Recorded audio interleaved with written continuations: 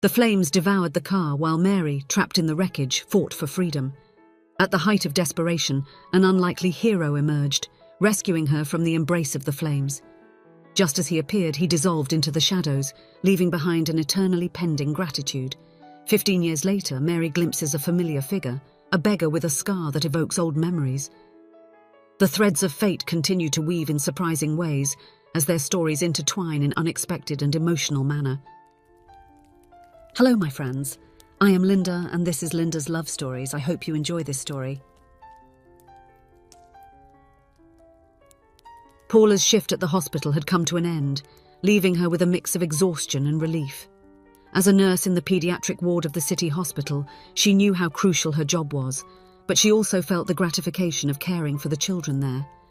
That afternoon, her daughter Mary, an energetic 8-year-old girl, was enjoying her time at a friend's house. The plan was simple. Paula would stop by the friend's house to pick up Mary, and together, mother and daughter would head to their home. This home was in a rural property, a few kilometers away from the urban center of the city. Her husband was a long-time administrator at a nearby horse farm, a position he performed with pride. The horse farm property was also the place they called home. They were surrounded by majestic horses and the serenity of the rural landscape. As she made her way to the parking lot, with her mind eager for the reunion with Mary and the promise of well-deserved rest, fate had other sinister plans. Her old car, a loyal companion of countless journeys, was there with an unexpected challenge: a flat tire, an unwelcome setback. A weary sigh escaped Paula's lips. The accumulated fatigue of the day threatened to turn into frustration, but she was not the kind of woman to be easily defeated. With determination, she opened the trunk, pulling out the necessary tools to face the task imposed by fate. Her colleagues, recognizing her situation, began to approach one by one, joining her. Paula had no idea that the flat tire was just the prelude to something much worse that was to come. She followed the route to Mary's friend's house. However, when Paula turned the key in the ignition, her heart sank as she realized the car gave no sign of life. The engine remained silent, resisting her efforts to start it. Finally, after a series of attempts, the engine responded, roaring to life. Paula's breath escaped in a tense sigh of relief. As she drove, the thought of needing a newer car took firm root in her mind. The road ahead stretched out like an endless carpet. It was a road that wound through rural lands, each curve revealing open fields where animals grazed serenely. The tranquil beauty of the scenery provided a relaxing counterpoint to the agitations of the day. As the horizon extended before them, Paula shared stories of the babies she had cared for at the hospital, the little miracles of life that crossed her path. Mary, in turn, told her own stories of adventures at school. Her eyes sparkled as she described the discoveries she had made, the friends she had met, and the lessons she had learned. The tranquility of the road soon turned into a whirlwind of chaos. The day that had already been full of challenges was about to test Paula in unimaginable ways.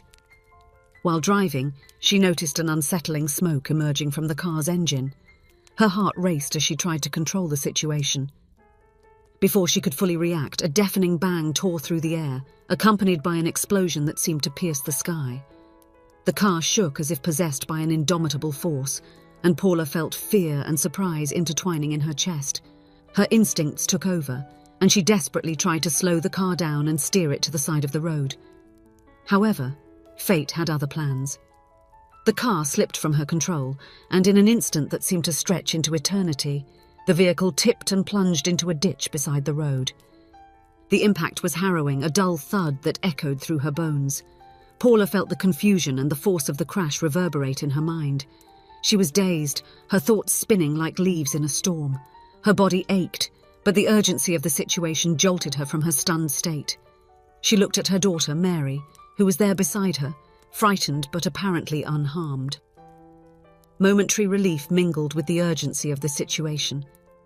The scene that had already been chaotic was now turning into a terrifying nightmare.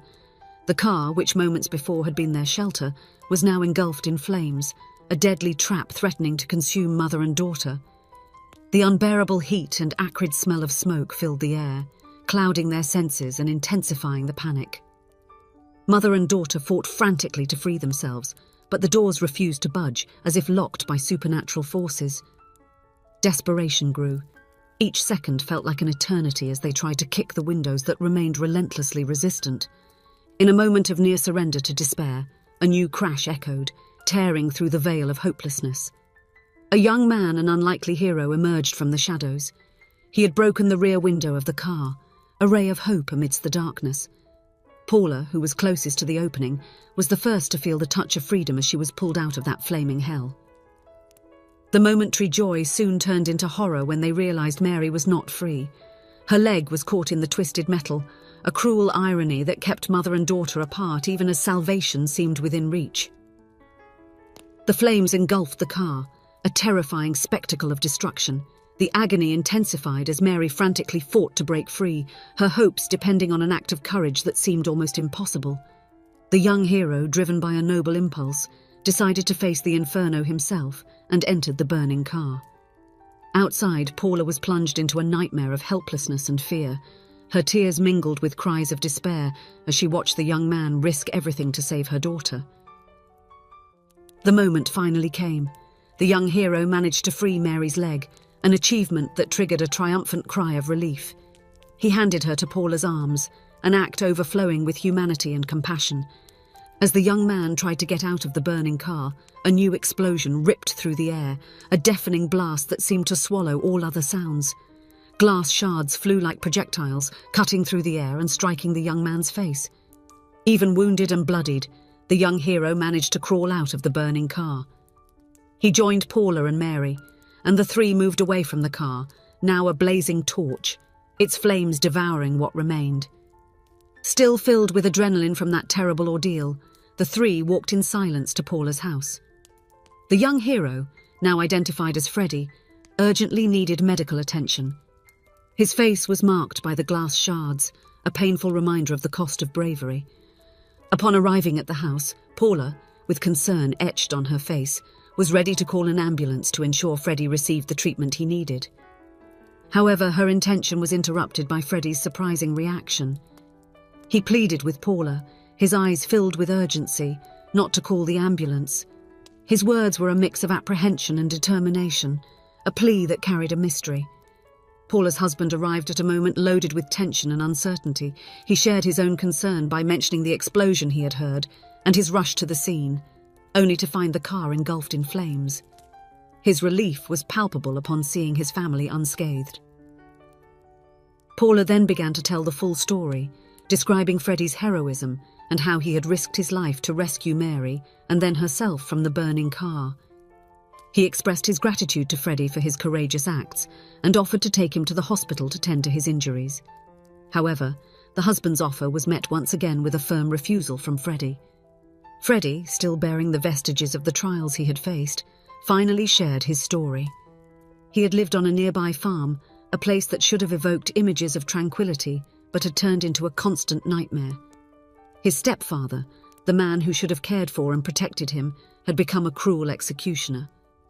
Under this man's grip, Freddie had been subjected to terrible abuse, forced labor, denied education, and regular beatings that marked his skin and soul. He described his attempts to escape, each one thwarted by the hands of the same man who was supposed to care for him.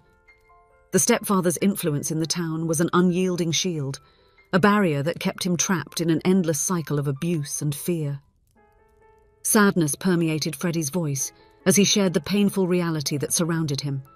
He was fully aware that if he were taken to the hospital, his stepfather would be informed, and he would be forced to return to a life of abuse and fear. Paula and her husband felt a knot of compassion and empathy tightening in their hearts. Paula, guided by her profession and sincere desire to help, picked up her first aid kit. With experience in caring for wounds, she began to clean the deep cuts on his face. She cleaned, stitched the cuts, and gave him medication to ease the pain. The cuts that marked his face formed an X-shaped scar, likely to leave a lasting imprint on his face. As the night wore on, Paula and her husband made a joint decision. They saw the exhaustion in Freddie's eyes, the need for rest and a safe haven. They decided that he would stay with them that night, and, the next day, they would discuss what to do next. Little Mary, with big, worried eyes, had listened attentively to the story of her hero Freddie. Paula assured Mary that they would not leave Freddie alone in this fight. The next morning brought with it a mix of expectation and apprehension. The house was silent, daylight filtering through the curtains, revealing a new day full of possibilities. This sense of renewal was quickly replaced by a shock of surprise and concern. Freddie, the young man who had shared his story and his life with that family for a brief moment, had disappeared. His room was empty, the bed made as if it had never been touched. The reality was relentless. He was gone, and time had passed. The searches for Freddie and the memories had become part of the family history, a tale that was occasionally revisited, but which, over time, had been enveloped by other events and challenges. Mary, the girl who had been rescued by the young hero, had blossomed in an astonishing way. Surrounded by horses, she had cultivated an exceptional passion and talent in the world of training and equitation. Now at 23, she managed her own equestrian school. One day, while Mary was in the neighbouring town on business related to the equestrian school, she saw something that made her stop in her tracks. A beggar, sitting alone in a square, with an X-shaped scar on his face. She knew it was him. Freddie, now a man of nearly 30, was there before her, a testament to the unexpected turns life can take. "Hi, my hero, do you remember me?" Mary asked. Freddie, confused by the unexpected approach, looked up and saw a beautiful young woman before him. "Are you that little girl I pulled from the burning car?" he asked, as if recalling a distant dream. A smile spread across Mary's face, illuminating everything around her. She confirmed with a nod, her voice echoing in a silent response. With a gentle gesture, she sat next to Freddie. They shared laughs and stories, each word a confirmation that somehow they had kept that special bond intact. Freddie began to share his own journey, the years of struggle and challenge he had faced after that fateful day. He had spent years running from the stepfather who had haunted him, living on the margins of society, always searching for a place where he could finally find peace. He mentioned that he had recently learned of his stepfather's death, information that seemed to bring both relief and a new set of challenges. Freddie had plans to return to the city, to face the past that had haunted him for so long. Mary, moved by an old feeling of gratitude and also by an understanding of Freddie's difficult journey, made an unexpected offer. She asked if he would consider working with her at her riding school. She explained that the horse handler had recently quit, leaving an open position. Freddie smiled, a smile that conveyed both his gratitude and his acceptance. As soon as he arrived at the property that housed Mary's riding school, Freddie was warmly welcomed. He was shown to his new dormitory, and there his duties were explained in detail. Mary emphasized the importance of his role in the care of the horses and the overall functioning of the school. After that, he finally had the opportunity to take care of himself. A hot and invigorating bath washed away the marks of the past, and he shaved and combed his hair. When he looked in the mirror afterward, he saw a reflection of himself that he hadn't seen in a long time. The scar on his face, forming a distinctive X, did not diminish his beauty at all. The transformation that Freddie underwent since arriving at the riding school left Mary amazed. She couldn't help but notice the difference that time, care, and opportunity had made in his appearance and demeanour. As the days passed, Mary and Freddie not only shared work responsibilities, but also began to share deeper conversations and meaningful moments. The relationship of trust they had quickly built transformed into something more. Freddie, with his determination and skills, soon stood out as a person of trust, assuming a natural leadership position among the other employees. As they worked together, the closeness between Mary and Freddie grew. They found joy in conversations, laughter, and the small victories of daily life. What began as a connection rooted in a past of heroism and gratitude was now evolving into something deeper. And so, the story that had begun 15 years earlier, with an act of heroism amid flames, was coming to a conclusion that few could have imagined at that time. Mary and Freddie, united by fate, compassion, and now by love, were writing a new chapter together.